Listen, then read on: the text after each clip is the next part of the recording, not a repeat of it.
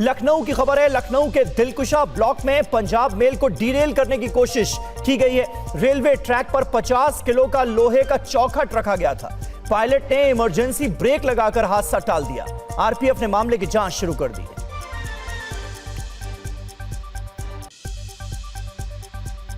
नोएडा में महामाया फ्लाईओवर के पास एक तेज रफ्तार बस डिवाइडर से टकराकर पलट गई। हादसे में 12 से ज्यादा यात्री घायल हो गए। सभी घायलों को अस्पताल में भर्ती करा दिया गया है। बस फर्रुखाबाद से दिल्ली जा रही थी। अयोध्या में राम मंदिर के चढ़ावे में गबन की जांच के लिए 3 सदस्यीय एसआईटी का गठन किया गया है। आईएएस विजय विश्वास पंत की अध्यक्षता में जांच दल में आईपीएस किरण एस और वित्त विभाग के विशेष सचिव नील रतन को शामिल किया गया है। राम मंदिर में चढ़ावे से जुड़े गबन की जांच के लिए एसओजी ने रुदौली से लव कुश मिश्रा को हिरासत में लिया है। पिता ने माना घर से लाखों रुपए कैश बरामद हुए। लव कुश 4-5 महीने से मंदिर परिसर में ही काम कर रहा था। फिरोजाबाद में पूर्व विधायक के बेटे और बहू की मौत से सनसनी फैल गई। पुलिस के मुताबिक राकेश यादव ने अपनी पत्नी की गोली मारकर हत्या की और फिर खुद को भी गोली मार ली। राकेश की पत्नी गंभीर बीमारी से जूझ रही थी। और अब नजर बिहार की खबरों पर। पटना के पाटलिपुत्र रेलवे स्टेशन पर छात्रों ने जमकर तोड़फोड़ की है और पत्थरबाजी की है। ये छात्र बिहार मद्य निषेध विभाग की परीक्षा देने आए थे। ट्रेन के लेट होने और रेलवे की व्यवस्था से नाराज होकर छात्रों ने हंगामा किया। पाटलिपुत्र रेलवे स्टेशन पर छात्रों के हिंसक प्रदर्शन में आईजी समेत कई अफसर घायल हो गए। छात्रों को काबू करने के लिए पुलिस ने लाठीचार्ज किया और आंसू गैस के गोले भी दागे। बचाव में पुलिस ने हवाई फायरिंग भी की। पटना के पाटलिपुत्र रेलवे स्टेशन पर शुरुआती झड़प के बाद आक्रोशित छात्रों का प्रदर्शन पूरी रात जारी रहा।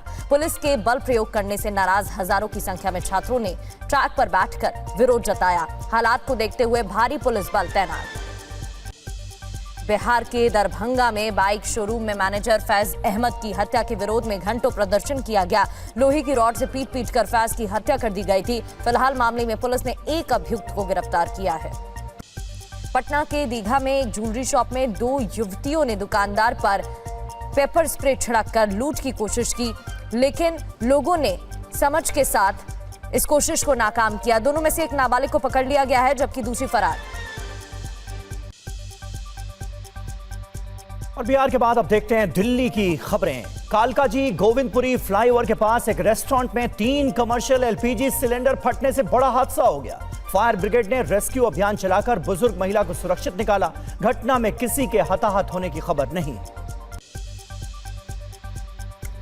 मालवीय नगर के फ्लोरिश होटल में हुए अग्निकांड में बाल बाल बची बांग्लादेश की सामिया ने अपनी आप बीती बताई है। सामिया के मुताबिक हादसे में उसने अपने 2 परिजनों को खो दिया। उसने सरकारी मदद नहीं मिलने का भी आरोप लगाया। दिल्ली के त्रिलोकपुरी में नेत्रहीन महिला से दरिंदगी के मामले में अभियुक्त विष्णु उर्फ विक्की को गिरफ्तार कर लिया गया है। शुरुआती जांच में महिला से रेप की पुष्टि नहीं हुई है, लेकिन पुलिस सभी पहलुओं से मामले की जांच कर रही है। दिल्ली के गोविंदपुरी अग्निकांड मामले की जांच में पुलिस ने नया पर्दाफाश किया है। सीसीटीवी वीडियो की जांच में पुलिस को एक संदिग्ध महिला दिखी है, जिस पर आग लगाने का शक जताया जा रहा है। आग हादसे में जलकर 4 लोगों की मौत हुई थी।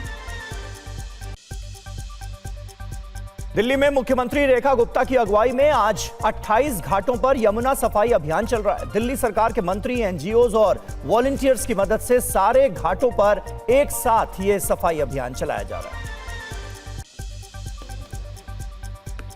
और अब खबरें राजस्थान की।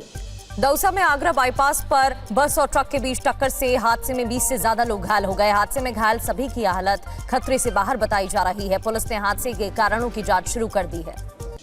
राजस्थान में सड़क हादसे में एक स्वास्थ्य कर्मचारी की मौत के बाद हालात तनावपूर्ण हो गए। आक्रोशित लोगों ने निजी अस्पताल के बाहर प्रदर्शन किया। मुआवजे की मांग कर रहे लोगों ने पुलिस पर पत्थरबाजी भी की।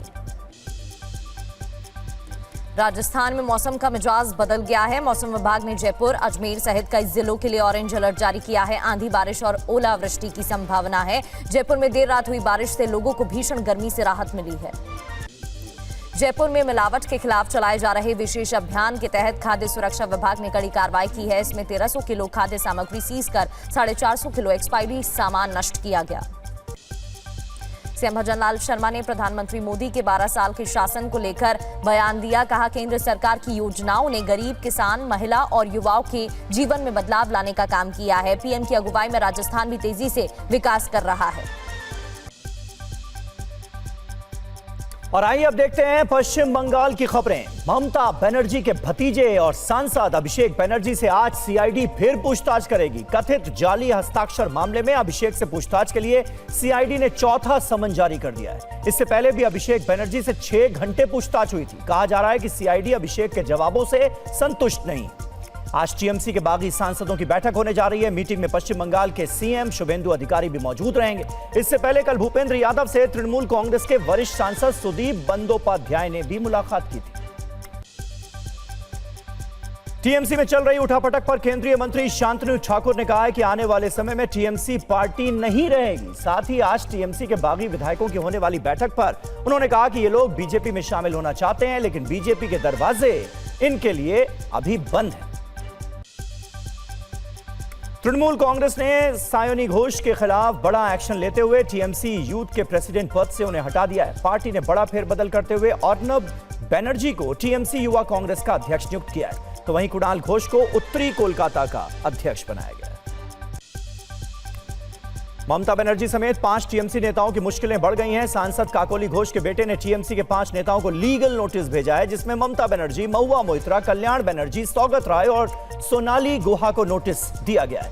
यही नहीं, 15 दिन के भीतर माफी मांगने को कहा गया है। वैद्यनाथ घोष ने बारासात सीट से टिकट मांगने के आरोपों को खारिज किया। अमेरिका ईरान समझौते पर संशय अभी भी बरकरार है। अमेरिका ने कहा आज डील होगी, ईरान ने कहा आज डील पर हस्ताक्षर नहीं होने जा रहे। लेकिन ईरान की तरफ से यह भी कहा गया है कि कुछ दिनों में समझौता संभव है। तो ये हालिया दिनों में पहली बार है जब ईरान की तरफ से भी एक पॉजिटिव अप्रोच समझौते को लेकर दिखाई गई है और कहा गया है कि कुछ दिनों में समझौता मुमकिन है। लेकिन फिलहाल आज समझौता होने जा रहा है, इस दावे को ईरान ने कर दिया है खारिज। वह ईरान के विदेश मंत्रालय के प्रवक्ता ने बयान दिया है, आज यानी रविवार को डील नहीं होगी। ये ईरान के विदेश मंत्रालय के प्रवक्ता की तरफ से कहा गया है। आगे की कोई तारीख तय नहीं है, ये भी बताया गया। तो इस वक्त की सबसे बड़ी खबर यही है कि आज जिनेवा में ईरानी वार्ताकार नहीं पहुंचेंगे। अमेरिका ने जिनेवा में डील की बात कही थी। अमेरिकी उपराष्ट्रपति जेडी वेंस भी जिनेवा पहुंचने वाले थे, लेकिन अब यह तय हो गया है कि ईरानी वार्ताकार जिनेवा नहीं जा रहे हैं। और अमेरिका का आज एमओयू पर साइन करने का दबाव। जी हां, समझौते का ड्राफ्ट फिलहाल तय नहीं है, यह ईरान कह रहा है। आज डील पर साइन करने की हमारी कोई योजना नहीं। ईरानी समाचार एजेंसी फार्स की रिपोर्ट में ये बड़ी जानकारियां सामने आ रही।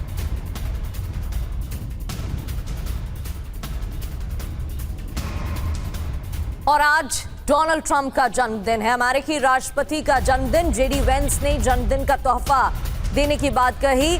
जेडी वेंस जन्मदिन का तोहफा देना चाहते हैं, पाकिस्तान ने विकल्प पेश किया। आज डील पर इलेक्ट्रॉनिक साइन करने का विकल्प है। तेहरान से ही डील पर इलेक्ट्रॉनिक साइन करने को कहा है। देखिए, अब यहाँ पर अलग अलग बातें सामने आ रही हैं। एक तरफ ईरान कह रहा है आज डील नहीं होगी, दूसरी ओर अमेरिकी राष्ट्रपति की तरफ से ऐसा दिखाया गया कि डील ऑन है। वहीं अगले हफ्ते तकनीकी वार्ता करने का प्रस्ताव भी रखा जा सकता है।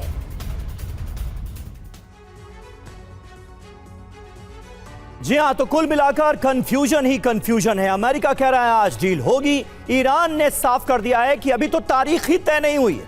आज उनके वार्ताकार भी जिनेवा नहीं पहुंच रहे हैं। तो कुल मिलाकर जो अमेरिका का दावा था उससे बिल्कुल उलट ईरान का दावा नजर आ रहा है। समझौता बहुत करीब है, यह अमेरिका कह रहा है। ईरान का पक्ष यह है कि कुछ दिनों बाद हस्ताक्षर संभव है, यानी एक तरह की पॉजिटिव अप्रोच तो ईरान भी दिखा रहा है, लेकिन बता रहा है कि जिनेवा जाने की फिलहाल उनकी कोई योजना नहीं है। अमेरिका कह रहा है कि बातचीत अंतिम चरण में है, परमाणु कार्यक्रम पर फ्रेमवर्क बन चुका है, यह अमेरिका का दावा। ईरान कह रहा है कि आंतरिक समीक्षा अभी जारी है। यह है अमेरिका और ईरान का पक्ष। हमारे साथ खास मेहमान भी मौजूद हैं। दत्ता सर, आप इस डेवलपमेंट को कैसे देखते हैं? एक बार फिर वही हुआ है जो इतने दिनों से होता हम देख रहे हैं। अमेरिका दावा करता है कि समझौता होने वाला है, डील तय हो गई है, शर्तें ईरान ने मान ली हैं और ईरान की तरफ से उस दावे को खारिज कर दिया जाता है। क्या इस बार भी वही होता हम देख रहे हैं या फिर एक कदम बात आगे बढ़ी है? ईरान की अप्रोच में भी एक तरह की पॉजिटिविटी नजर आ रही है। बिल्कुल समीर, देखिए ऐसा है, ये जो लगातार प्रचलन चल रहा था कि यूएस और इजराइल की बातचीत चल रही है ईरान के साथ किसी समझौते पे आने के लिए, और ये जो फरवरी में जिनेवा में बातचीत चल रही थी जहां पर उस समय ईरान काफ़ी हद तक शर्तों को मान गया था।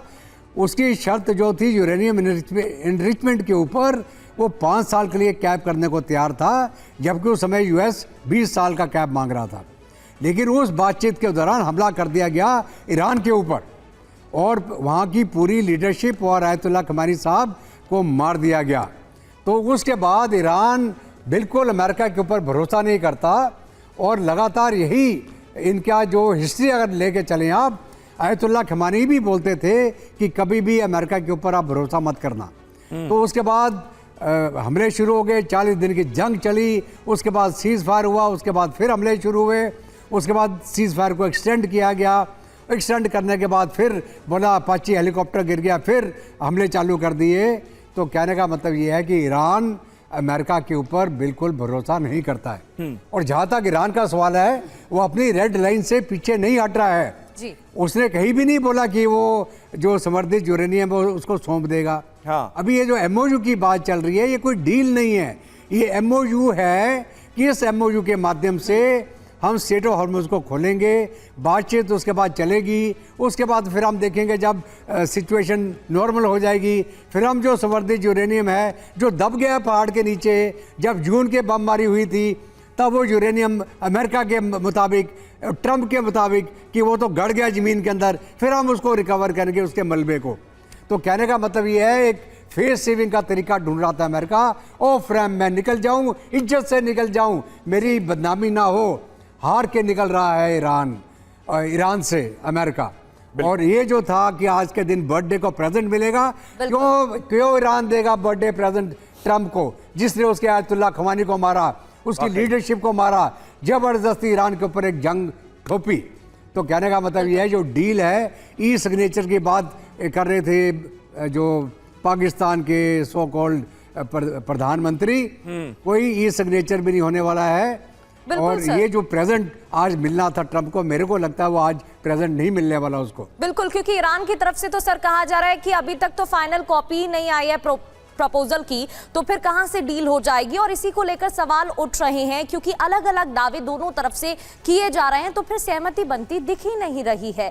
सोशल मीडिया ट्रूथ पर डोनाल्ड ट्रंप ने एआई तस्वीर भी पोस्ट की है। एक एआई तस्वीर पोस्ट की गई है और पोस्ट में ट्रंप ने लिखा है, आप उलझन में पड़ रहे हैं। ट्रंप की जैकेट पर लिखा हुआ है, कमांडर इन चीफ। तो डोनाल्ड ट्रंप की तरफ से एक और पोस्ट किया गया है। लगातार इस बीच एआई पोस्ट सामने आए हैं, अमेरिकी राष्ट्रपति डोनाल्ड ट्रंप की तरफ से किए गए हैं। एक और एआई पोस्ट, इस पोस्ट को देखिए, ये तस्वीर जहां उनकी तरफ से लिखा, आप उलझन में पड़ रहे हैं। जैकेट पर लिखा हुआ है, ट्रंप की जैकेट पर कमांडर इन चीफ।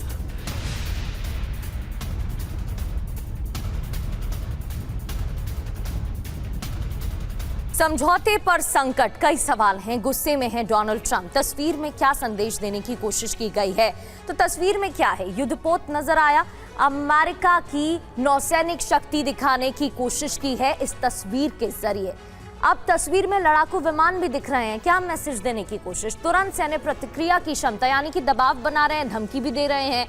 एक और बात महत्वपूर्ण इस तस्वीर की यह है कि दूरबीन से डोनाल्ड ट्रंप देखते हुए नजर आ रहे हैं, यानी कि हालात पर नियंत्रण और निगरानी का संदेश भी दिया जा रहा है इस तस्वीर के जरिए। कमांडर इन चीफ उनकी जैकेट पर लिखा हुआ है, यानी कि निर्णायक नेतृत्व की छवि दिखाने की कोशिश इस पोस्ट के जरिए, एआई तस्वीर के जरिए की गई है। यू आर गेटिंग डिसकॉम्बुलेटेड, यानी कि आप डिस्कंफर्ट में आ रहे हैं, उलझन में पड़ रहे हैं। ईरान को सीधी चेतावनी देने की कोशिश डोनाल्ड ट्रंप की तरफ से की गई है। अब इस पोस्ट के मायने क्या है? डील पर विरोधाभासी संकेतों से डोनाल्ड ट्रंप की नाराजगी देखने को मिल रही है। शक्ति प्रदर्शन वाली तस्वीर से कठोर संदेश देने की कोशिश की गई है। ईरान पर हमले का दबाव बनाने की रणनीति देखने को मिल रही है। मनोवैज्ञानिक बढ़त हासिल करने की भी रणनीति दिखाई दे रही है। और ओपी तिवारी सर, जिस तरीके से एक एक कर एआई पोस्ट डोनाल्ड ट्रंप की तरफ से सामने आ रहे हैं, दबाव बनाने की कोशिश ईरान पर की जा रही है, लेकिन क्या इस प्रेशर से ईरान मानेगा? क्योंकि ईरान की तरफ से तो साफ कहा गया है कि अभी तक प्रपोजल फाइनल सामने ही नहीं आया है, तो फिर डील कैसे हो सकती है? प्रगति, देखिए, इस तरीके का प्रभाव डालने की कोशिश, ईरान के ऊपर दबाव डालने की कोशिश कहीं काम नहीं कर पा रही है। ये ट्रंप को भी पता है और अमेरिका को भी पता है। देखिए, जहाँ तक डील का सवाल है, देखो, अमेरिका चाहती है कि अमेरिका हमेशा चाहता है, हर सिटीजन वहाँ के चाहते हैं, वहाँ के फौज चाहती है कि सीज फायर हो। ईरान में थोड़ा पॉलिटिकल एलिट और आईआर जैसी एलिट में थोड़ा डिफरेंसेज अवश्य है, लेकिन ईरान भी चाहता है कि सीज फायर हो, बिकॉज दोनों देश तबाह हो चुके हैं। अब ईरान, ये ट्रंप का क्या चॉइस है, क्या ख्वाहिश है, क्या करना चाहते हैं, ये क्या स्टेटमेंट है। और ये हो सकता है कि अगर ट्रंप को किस तरह से बाईपास कर दिया जाए तो समझौता जल्दी हो जाएगा। कि जिस तरीके से आगे बढ़ रहे हैं, अभी जनेवा में जो उन्होंने प्लान किया था कि बैक चैनल से और ब्लैक डिप्लोमेसी से कुछ आगे बात बढ़ेगी, और इसमें नए देश भी सामने आए थे। कतार और यूएई भी सामने आया हुआ था, और पाकिस्तान जैसे अनरिलायबल देश को बाईपास कर रखा था इन्होंने। लेकिन आगे क्यों नहीं ट्रंप बढ़ने देना चाहते हैं, ये सोचने की बात है। और ट्रंप क्या चाहते हैं ये ट्रंप को ही मालूम है या भगवान ऊपर वाले को मालूम होगा।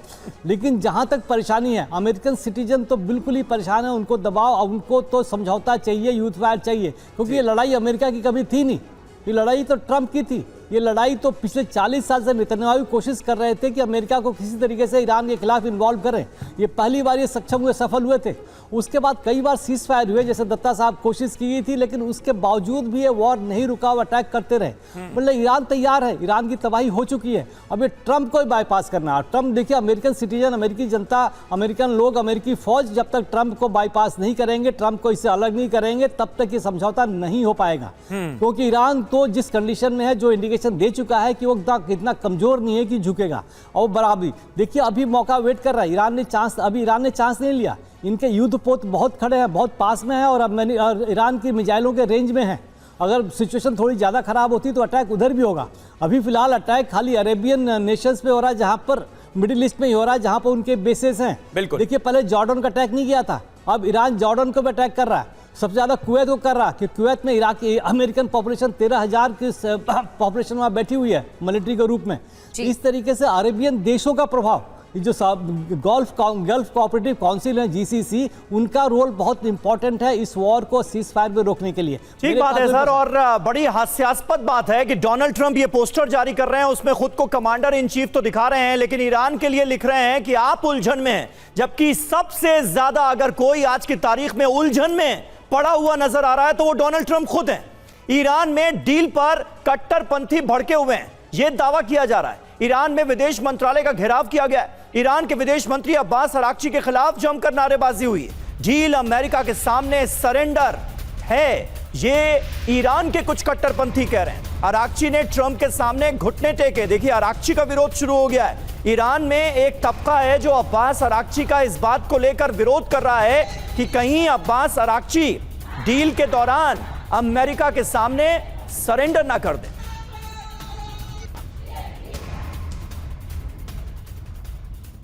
और ईरान में डील को लेकर विरोध हो रहा है। विरोध की तस्वीरें आपको दिखाते हैं। एक और वीडियो आया है डील के विरोध का। ये वीडियो, डील का ड्राफ्ट लीक होने के बाद प्रदर्शन, डील के लिए खतरा बने विरोध प्रदर्शन। अराक्ची के खिलाफ लोगों का गुस्सा फूटा है। बड़ी संख्या में लोगों ने सड़कों पर उतरकर प्रदर्शन किया है। मुस्तफा खामनेई से बातें छुपाई जा रही हैं, यह भी कहा गया है। टकराव के पक्ष में कट्टरपंथी सड़कों पर उतरे हुए हैं। और ये तस्वीरें देखिए, अराक्ची के खिलाफ किस कदर लोगों का गुस्सा फूटा।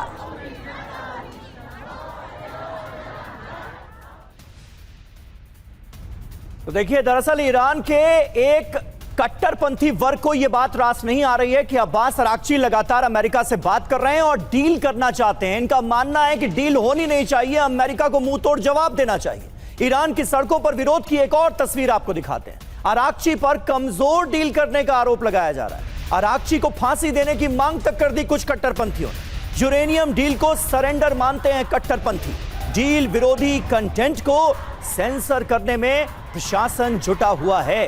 यानी ये बात तो तय नजर आ रही है कि इस वक्त जो स्थितियां हैं ईरान में, एक बड़ा वर्ग ये चाहता है कि किसी भी हाल में अमेरिका से यूरेनियम को लेकर कोई डील ना की जाए। 3 तस्वीरें आपके सामने हैं। अब्बास अराक्ची के खिलाफ कैसे लोगों का गुस्सा फूटा है। तो अराक्ची पर कट्टरपंथी भड़के हैं और ये 3 अलग अलग तस्वीरें भी आपको दिखा रहे हैं। खबर क्या है, क्यों प्रदर्शन किया गया है, अब्बास अराक्ची के खिलाफ क्यों नाराजगी जताई गई है। डील के वार्ताकार अराक्ची के खिलाफ नाराजगी जाहिर कर रहे हैं। डील की डिटेल लीक होने के बाद ही ये हंगामा हुआ है और हॉर्मुज बहाली को सरेंडर मानते हैं कट्टरपंथी। फ्री संपत्ति यूरेनियम पर भी नाराजगी है, यानी कि यूरेनियम को लेकर भी सहमति नहीं है। अराक्ची पर कमजोर डील का आरोप तक लगाया जा रहा है। ईरान में विदेश मंत्रालय का घेराव किया गया और इसकी तस्वीरें भी आपके सामने हैं। अराक्ची को फांसी देने की मांग तक की गई है। डील विरोधी कंटेंट को सेंसर करने में प्रशासन इस प्रदर्शन के बाद जुटा हुआ है। डील को रिजीम की कमजोरी मानते हैं ये कट्टरपंथी। इतना ही नहीं, डील के बाद सरकार के खिलाफ विद्रोह की आशंका बढ़ गई है। अब बड़ी बात क्या है? बड़ी बात यह कि विरोध के बाद डील अटकी हुई है। आज वार्ता स्थगित हो गई, यानी कि आज जो जिनेवा में वार्ता होने वाली थी वो स्थगित कर दी गई है। और मेजर जनरल वीके दत्ता हमारे साथ मौजूद हैं। दत्ता साहब, एक बात समझ में नहीं आ रही है। डील की बातें जब से शुरू हुई हैं, समझौते की बातें जब से शुरू हुई हैं, तब से ईरान ने एक बार यह बात नहीं कही है कि हम संवर्धित यूरेनियम अमेरिका को सौंप देंगे या IAEA को सौंप देंगे। उसके बाद भी अब्बास अराक्ची को लेकर यह विरोध कट्टरपंथियों का ईरान के अंदर, यह क्या बता रहा है? बिल्कुल समीर, देखिए ऐसा है कि ये एक जिसको बोलते हैं non clarity of the deal, क्योंकि ये ईरान की पब्लिक को भी समझना चाहिए ये डील नहीं है, ये एक मेमोरेंडम ऑफ अंडरस्टैंडिंग है कि हम आगे चल के शांति वार्ता को किस प्रकार बढ़ाएंगे और उसके अंदर हम क्या क्या चर्चा करेंगे, उसके टाइमलाइन को मुकर्रर किया जाएगा। इस डील के माध्यम से सिर्फ क्या हो रहा है, सीज़ फायर मुकर्रर हो रहा है, गल्फ ऑफ हॉर्मुज को और स्ट्रेट ऑफ हॉर्मुज को खोलने का एक जो मुहिम है वो इसके अंदर शामिल है कि तुरंत इस MOU के बाद में हॉर्मुज को नॉर्मल कर दिया जाएगा और आवाजाही जो इंटरनेशनल शिपिंग जो हो रही है वो बहाल हो जाएगी। लेकिन इसके अंदर कहीं पर भी संवर्धित यूरेनियम को सरेंडर करने का मसौदा इसके अंदर नहीं है। ये ईरान की पब्लिक को समझना चाहिए। इस पर ओपी तिवारी जी, इस पर एक कमेंट मैं आपका भी चाहूंगा। क्या आपको लग रहा है कि अब्बास अराक्ची आज की तारीख में जो अमेरिका से बात कर रहे हैं, मतलब इस वक्त बहुत बड़ी जिम्मेदारी है अब्बास अराक्ची के कंधों पर, वो बिना मुश्तबा खामनेई की सलाह के कोई कदम आगे बढ़ाएंगे या बढ़ा सकते हैं? देखिए समीर, अराक्ची को बिना सलाह लिए हुए, बिना उनकी पॉलिटिकल लीडरशिप जो ग्रुप है जो लीड कर रहा है ईरान को, उसके बाद ऐसा स्टेटमेंट दे नहीं सकते। हाँ। बीच में एक बार ये खबर अवश्य आई थी, तब अराक्ची ने कहा था कि मैंने ऐसा कुछ नहीं किया और हाँ। इस्तीफा देने के लिए भी तैयार हो गए थे। तभी जो भी बातें हो रही हैं तो इसको एक तरीके से मतलब कि उनके जो फंडामेंटलिस्ट है जो ज़्यादा स्ट्रॉन्ग है उनको भड़काने की कोशिश की जा रही है। ये कोई एक दिखावापन हो रहा है। अब आई तो ईरान की भी जनसंख्या, ईरान की भी जनता है वो भी बहुत परेशान हो चुकी है इस वॉर से। ये 50 से 51 मिलिट्री अड्डे तो उनको डिस्ट्रॉय हो गए थे। अभी इनको टाइम मिला है, जो सीज फायर टाइम हुआ तो उन्हें ईरान ने अपने आप को मजबूत किया। तो हो सकता है कि ये ओवर कॉन्फिडेंस IRGC में आ गया हो और वो चाहते हो कि हम अमेरिका को थोड़ा और जवाब दें, तो उनके माध्यम से भी ये जो प्रदर्शन हो सकता है। लेकिन अराक्ची अपने आप कितना भी प्रेसिडेंट हो, कुछ अपने आप ईरान में कोई भी फैसला वो नहीं ले सकते जो जिनमें इनकी हेल्प ना हो या IRGC का जिसमें उसमें इंटरेस्ट ना हो या IRGC का जो हमने ओके नहीं लिया हो। और अमेरिका ये स्टेटमेंट दिए जा रहे हैं, लेकिन ये क्या किया जा रहा है? लेकिन कुछ अवश्य लग रहा है, कुछ इसमें अवश्य प्रतीत हो रहा है कि जो बैक चैनल से जो डिप्लोमेसी बातें हो रही हैं, जैसे दत्ता सर बता रहे थे MOU साइन होने की बात हो रही है, इसमें कुछ आगे बढ़ाव हो सकता है, लेकिन भले ही लंबे समय का ना हो, लंबे समय का नहीं हो, तो इस MOU में भी ईरान का ही फायदा होगा। ये भी कहते हैं कि कुछ UAE ने तो कुछ फंड रिलीज भी कर दिए हैं, UAE ने कुछ फंड रिलीज भी कर दिए हैं, भले इसको नकार दिया है। इवन सबसे बड़े छोटे छोटे देश है, कतार है, बहरान है, UAE है, इनको सबसे ज्यादा नुकसान हो रहा है बिल्कुल। तो इनको इनकी मजबूरी है, ये चाहते हैं कि किसी तरीके समझौता हो और ये ईरान से भी मीडिएट करके, यूएई ने अच्छा संबंध बना लिया था, फिर भी कतार से भी बना लिया था, संबंध ठीक चल रहा। देखिए उम्मीद है कि एमओयू कुछ दिन के लिए वैलिड हो सकता है, लेकिन ये अभी यूरेनियम वाली डील है, इसके बारे में तो अभी कोई बात नहीं होगी। दत्ता सर ने बिल्कुल क्लियरली बात की थी, 2 महीने के बाद होगा। और ईरान किसी भी कंडीशन में, कैसी भी कंडीशन हो जाए, कितना भी तबाह हो जाए, अपने आप वो नहीं सौंपेगा। अमेरिका की ये क्षमता है कि वहां से जाके खुद उठा के लेके आ सके। सभी बिल्कुल सर, और इसको लेकर ईरान की तरफ से लगातार बयान भी दिया जा रहा है और इस मुद्दे पर बात तक नहीं हो रही है। अब ऐसे में आराक्ची क्या डिसीजन ले पाएंगे, ये भी बड़ा सवाल है, क्योंकि आईआरजीसी और सरकार के बीच मतभेद की खबरें भी कई बार सामने आ चुकी है। ट्रंप की तरफ से भी कई बार कई दावे किए जा चुके हैं। खबर यह है, जो तस्वीरें आप देख रहे थे, कट्टरपंथियों की तरफ से धमकी भी दी गई है कि उन्हें डील मंजूर नहीं है, ये बयान दिया गया है। कट्टरपंथियों की तरफ से प्रदर्शन किया गया और डील पर क्या धमकी दी गई है कि ये डील हमें मंजूर नहीं है। कट्टरपंथी नेता नबाबियन की चेतावनी, डील की लिखित गारंटी खतरनाक है। अब्बास अराक्ची ने अमेरिका के सामने घुटने टेके हैं। ईरान में उबाल क्यों है, इस कदर नाराजगी क्यों देखने को मिल रही है, कट्टरपंथियों की क्या दलीलें हैं और क्या आरोप लगाए जा रहे हैं। यूरेनियम सरेंडर शर्मनाक बात है, आरोप अमेरिका के सामने घुटने टेके जा रहे हैं। इसके अलावा दूसरा मुद्दा एटम बॉम्ब का है। इस पर कहा गया कि डील की लिखित गारंटी खतरनाक है। कट्टरपंथियों ने ये दलील दी है। आरोप ट्रंप धोखेबाजी कर सकते हैं, क्योंकि जिस तरीके से हमला हुआ था उसी का जिक्र किया गया। एटम बॉम्ब पर ईरान झुका है, ये भी कट्टरपंथियों के द्वारा आरोप लगाए जा रहे हैं। आरोप ये है कि यूएस के दबाव में सहमति की जा रही है। हॉर्मुज खोलने पर भी सहमति को लेकर नाराजगी जताई गई है। आरोप ये कि सेना की बढ़त बेकार की गई है। इतना ही नहीं, फ्री संपत्ति की मांग भी टाली गई है। इसको लेकर आरोप लगाया है कि अमेरिका मुकर सकता है, अमेरिका पर विश्वास नहीं किया जा सकता, और इसी को लेकर कट्टरपंथी प्रदर्शन कर रहे हैं, हंगामा कर रहे हैं। और देखिए, अहम खबर आ रही है इजराइल से। डील के खिलाफ इजराइल में गुस्सा है। इजराइल के अफसरों का आरोप, डील में इजराइल को अलग थलग रखा गया। ये डील अस्थायी होगी, ये इजराइल की तरफ से कहा जा रहा है। इजराइल के हितों की अनदेखी की गई है। तो ये बात तो बिल्कुल पहले से ही तय मानी जा रही थी कि इजराइल हर हाल में चाहता है कि जंग दोबारा शुरू हो और जंग के लिए तैयार बैठा हुआ है।